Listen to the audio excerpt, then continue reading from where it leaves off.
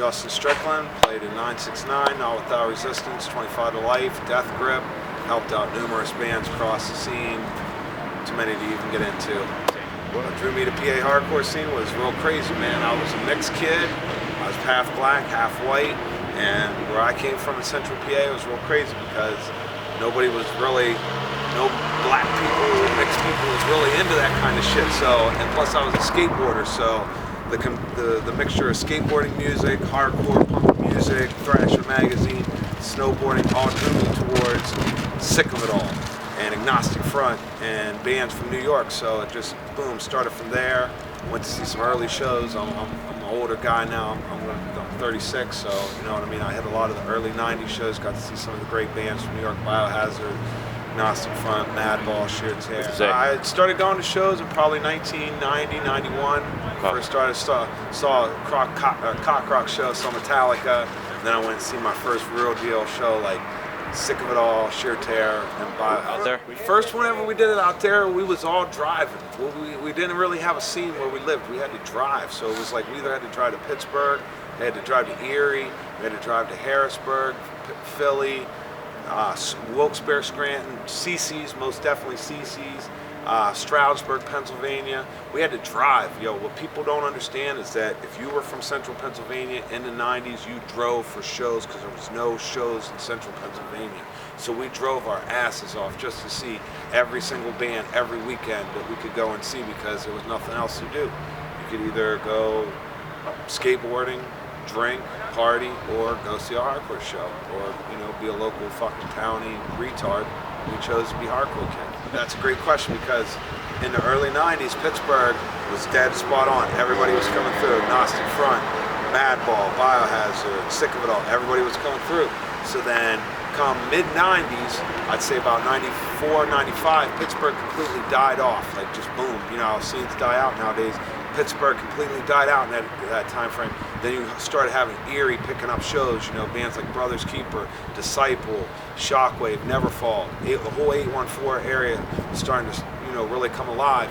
And it was real good, you know what I mean? Like everybody was getting real active in the scene, everybody was doing their thing. It was real fun, but like I said, man, driving was like a bitch, man. We had to drive in snowstorms, heat, hot weather, cold weather, you name it, we was doing it. We was out there. Erie was another hot spot, man. We used to go up to see Erie. You know, they had great bands like Brian Fair's whole band, Overcast, Buried Alive, Brothers Keeper, Neverfall, Shockwave.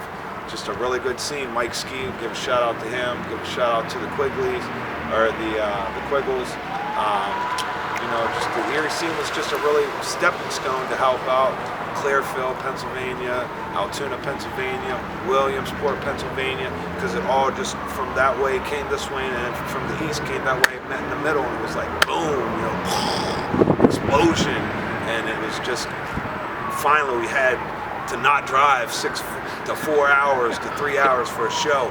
Bands were coming to us. Bands were stopping on their way to Ohio. You could do Philly to Pittsburgh, stop in central PA. You could do northeastern PA on your way to Cleveland, stop in central PA. You know what I mean? Everybody was starting to hit PA, or central PA. Hatebreed, All Out War, Sworn Enemy, Bury Your Dead, so many bands, 25 to Life, Strength for a Reason's third show ever was there. Wisdom and Chains first or second show was ever there in central Pennsylvania. So it's like, central Pennsylvania was a real stepping stone for a lot of people's career. I was locked up, so I got out of being doing time. I did a little bit in the county jail for some bullshit, and me and my old head that got me into hardcore, actually, we started Not Without Resistance in 1997, and it lasted to about 2010, and it was my stepping stone to see the world. I mean, if it wasn't for Not Without Resistance, I would have never got to see the world. I do got to give Back to Basic Records some props, and the band 25 to Life some props, because that was the band that I personally got to go to Europe with 3 times, got to go to the West Coast with 3 times. I got to go to Brazil and see the hardcore scene for what it was in Europe, in Brazil, on the West Coast, all throughout the United States. So Not Without Resistance was my stepping stone into 25 to Life, and then into just now what I'm doing, helping out bands, doing my best to help, the scene and bands, zines, and interviews, and documentaries, anything that I can do to help Pennsylvania. So Not Without Resistance was my youth, and now I'm not really doing Not Without Resistance anymore. I associate the name with me getting older, having children. I'm not resisting anything. I'm not such an angry young man anymore. So it's more or less, I'm resisting against fucking overtime work and bullshit like that. My kids wanting all the new gizmos and gadgets and shit like that. CC's, yo, that was my place, man. That was my most favorite venue. From City Gardens to the Metropole to Graffiti to the spots in Erie. My favorite hardcore venue of all time was CC's, man. I've seen every great band that you could imagine there. I remember hanging from the ceiling, drinking there underage, hanging out, meeting some of my best friends, relationships that I still have now, year 15, I believe, years later. And I honestly have to say that if it wasn't for CC's, I probably don't even know if I'd still be doing hardcore today right now. But CC's was a humongous part of my life. I give big shout outs to all the crews, all the people, all the promoters, all the kids, all the bands, everything that had to do anything with that show, because I owe that place a huge, huge chunk of my life. So I give great shout outs to CC's. I definitely feel Pennsylvania got lost in the shuffle, because instantly when you say East Coast hardcore, you're going to think of New York.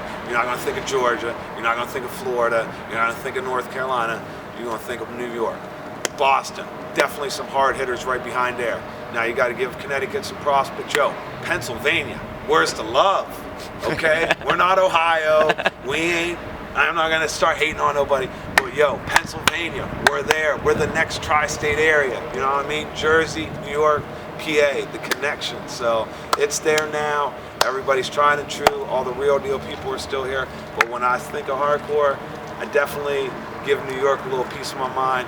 But yo, I definitely got a friend in PA. Yo, man, Tsunami's doing their thing. I got to give Ziggy and Mahmood props for doing their fest. I got to give Joe Hardcore props for doing his fest. I'm so proud of those guys. I grew up with those guys ever since we was teenagers.